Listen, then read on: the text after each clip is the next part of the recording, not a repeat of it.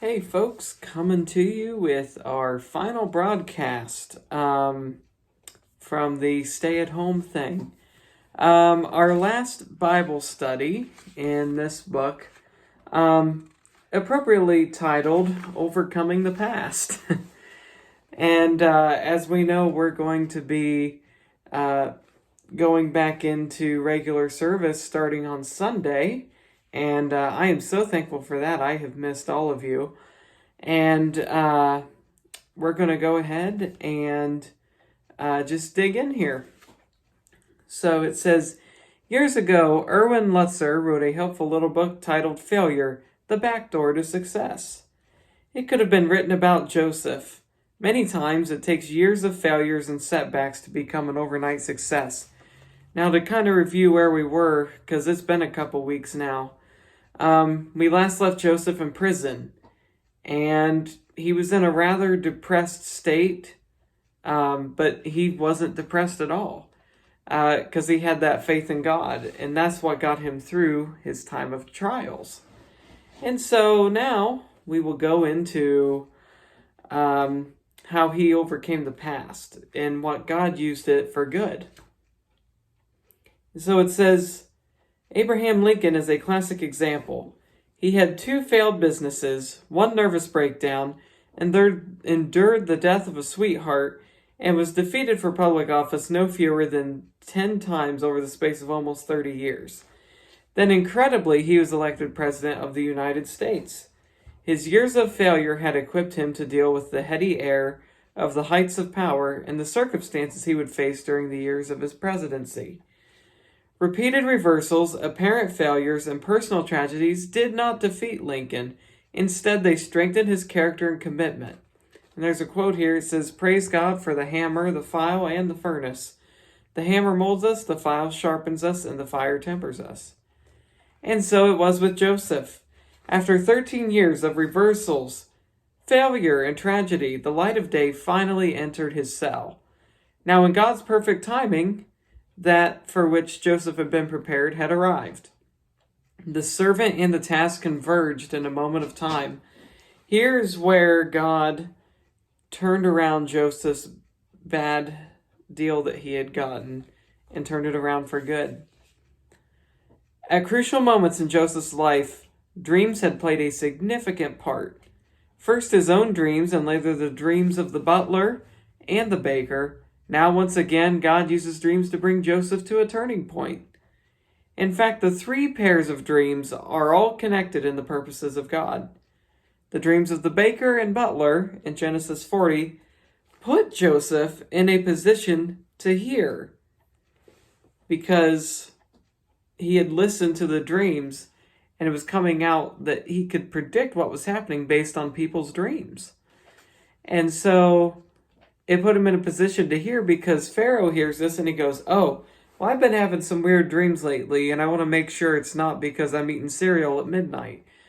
And so, he talks to Joseph here, and he says, okay. So the dream of the baker and butler put Joseph in a position to hear the dreams of Pharaoh, which made possible the fulfillment of the dreams of Joseph. Those dreams he had where his brothers bowed down and they hated it. It was because of these that Joseph realized those dreams are real. They're about to come to fruition, and they do. But God was in it all, preparing the way for his purposes in the life of his young servant. I said a few weeks ago in our message, the end of a thing is better than the beginning. God sees that end goal that we don't always see. And so that's what's really exciting about this is that God sees what we can't, and he knows that in the future it's used for good. Pharaoh, the ruler of all Egypt, had 2 dreams that troubled him greatly. Sensing that these were not ordinary dreams, he called for the wisest men of his kingdom to interpret them. Pharaoh was troubled by spiritual things that were beyond his grasp, but because his wise men and magicians didn't know the God who was dealing with him, their answers were inadequate for the turmoil in his heart. This points us to a significant principle for spiritual living. There is great danger in seeking spiritual answers in the wrong places. Spiritual hunger and a vacuum of spiritual truth can make people easy prey for the ear-tickling deception of cultists, false teachers, and false spiritual leaders, and boy do we have a lot of those out there.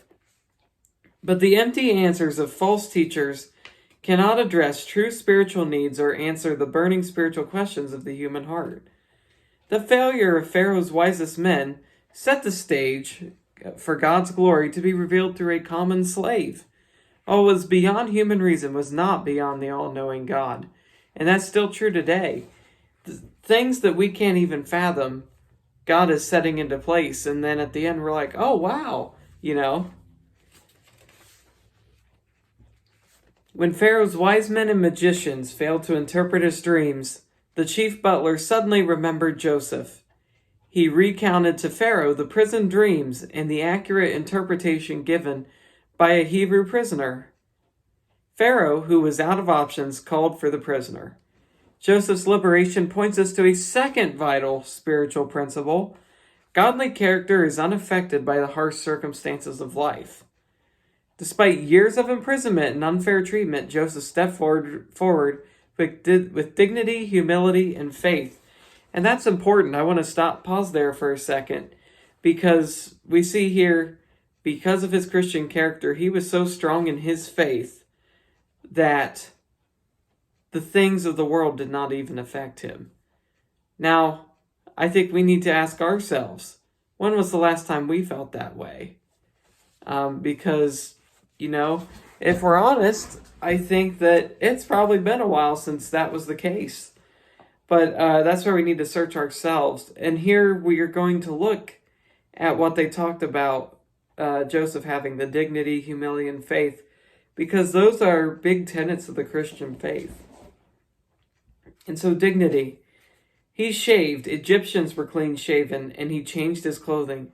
So Joseph dressed in appropriate clothes to come before the king. He had a sense of propriety and decorum that years in prison could not erase. There's humility. It is not in me. Joseph didn't use this situation for self-promotion. He didn't try to exalt himself as he had earlier in his life. Through all that had happened, he had learned to put his trust in the Lord, not in himself. And there's another quote here. It says, "No man can at the same time prove that he is clever and that Jesus Christ is mighty to save." So basically saying that if you try to say you're smarter than God, you're going to be humbled. Joseph was never saying that, but we just talked about the dreams he used to have of his brothers bowing down to him. It's no wonder that they never got along, because he thought of it as a bragging thing. He was dad's favorite, so he had to have all the great things going for him and say, oh, you're all going to bow down to me someday. And now it's, oh, well, I didn't see it coming, but now, I guess they'll bow down. But, more humility was in order for that. And then there's the faith. God will give Pharaoh an answer that sounds like something Daniel and Paul would say in the future. Joseph expressed his faith and gave the glory to God. God's patient investment in the life of Joseph was now paying dividends, and Joseph's patient response revealed that he was learning to overcome life's challenges with dignity, humility, and faith. And so here we get to see the dreamer at work. Pharaoh described his dreams to Joseph, and God, through Joseph, interpreted those dreams. As had been the case with Joseph and Canaan and the butler and baker in prison, the dreams came in pairs. In the first dream, the scene was the Nile River, viewed as a god by ancient Egypt. And 7 healthy cows were enjoying the cool water of the river. Suddenly, 7 diseased cows, thin and ravaged, came upon the healthy cows and devoured them. I would be pretty traumatized after having a dream like that. Without making any difference in the appearance of the diseased cows. This would have been a terrifying thing to witness. Cows don't eat beef. They are beef. So where's the beef? In the second dream, 7 healthy stalks of grain were likewise consumed by 7 windblown and dry stalks of grain. This also would have been frightening, for the inanimate stalks of grain We're taking on the behavior of living things. 2 dreams, but as Joseph would reveal, 1 message. Joseph challenged Pharaoh to see the purposes of God and to plan accordingly. God has shown Pharaoh what he's about to do. Verse 25. The ultimate lesson Joseph had learned through slavery, imprisonment, and mistreatment was that God is in control. He had learned to rest in the sovereignty and faithfulness of God. Now he could say with confidence that if God said it, it would happen. Pharaoh's dreams would be fulfilled because God is God. Joseph boldly offered counsel to the ruler of the land of Egypt, and it was wise counsel indeed. He told Pharaoh to plan for the lean years by being frugal during the plentiful years. Pharaoh then made a decision that would dramatically change the ancient world. He appointed Joseph to oversee the food supplies of all Egypt. Why? Because he saw in Joseph not only the qualities of leadership, but more importantly that Joseph was a man in whom is the Spirit of God. Now let's take a pause for a second, because let's just backtrack and see, where were we at the beginning of this story? We had Joseph, the favorite son, gets thrown in the well by his brothers, sold into slavery. Not only that, he gets framed for something he didn't even do, gets thrown in prison, and things just aren't going good for our friend. But because he interpreted the dreams of his cellmates, it got back to Pharaoh. Pharaoh says, "Oh, I've been having weird dreams too." Joseph is able to predict those. And then all of a sudden, everything comes together. If we put it to today's equivalent, Joseph goes from being a slave to being in like the president's cabinet, like Secretary of Agriculture or something like that. He's in prison one day, the next he's the Secretary of Agriculture, basically. Just think of if that would happen today, how weird that would look. Because that's how weird it is now. A prisoner just became a head of government. Even enough, think of Egypt. Pharaoh was not a friend to the Jews. Even though Joseph was a Jew, he allowed him to be the ruler, the overseer of this specific area. And so, once again, God's timing was perfect. There's another quote here that says, "Not every man can carry a full cup. Sudden elevation frequently leads to pride and a fall. The most exacting test of all is to survive prosperity." But 2 years earlier, Joseph's ability to interpret dreams would have been a novelty. Now his wisdom and discernment were a national treasure. Joseph was raised to the position God had promised in his dream so many years before.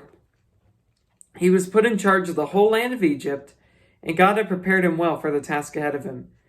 He was ready for 3 things. Perseverance. It would not be easy for a Hebrew to rule Egypt. We were just talking about that. The pressure would be intense, especially as the famine wore on. But there's also performance. The skills Joseph had learned in smaller duties would now be applied to a major task. Then there's pride. Having fallen once from a high place, Joseph no doubt now understood the fleeting nature of temporal positions and honors. And you know, this is what I was talking about Sunday in my message. There's a ton of stuff we have learned through this time of having to stay away from each other. And it's best that we learn from those lessons. We have here Joseph, who was in a very high place, put through a trial like the lowest of the lows. He's a slave, for crying out loud. And then he gets lifted even higher. And I believe that's what's coming for us in the coming days. But because of this, and I want you to listen close to this last part here. Because of all the trials he faced, here's what happened. Because of this, Joseph was ready for the pressure and the responsibility. He would overcome because God had prepared him, and he was ready to be used of God. This is what's going on, because we don't always see the future. If we did, we could say, oh, because we can see the whole story. We saw what Joseph couldn't see himself until he actually got there. And I believe that's why the Bible has stories in it, because God sees what we can't. He sees the good things that are ahead. And so if he had just told Joseph, hey, you're going to have a lead position in government in Egypt, Joseph probably wouldn't have believed it. I don't know. We don't really know that for sure.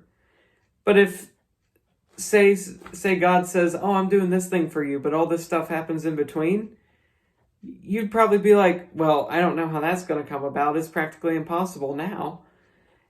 But because we don't know these things, if we knew those things beforehand, we'd probably be questioning God and be really upset. Because I thought I was supposed to get this thing and you didn't give me this. Instead, I'm rotting here in prison for something I didn't even do. Our first reaction would probably be to get angry. But because of everything that Joseph went through, made him more prepared than he ever would have been had he just gone right into the position. More prepared for this position than anything he had ever done.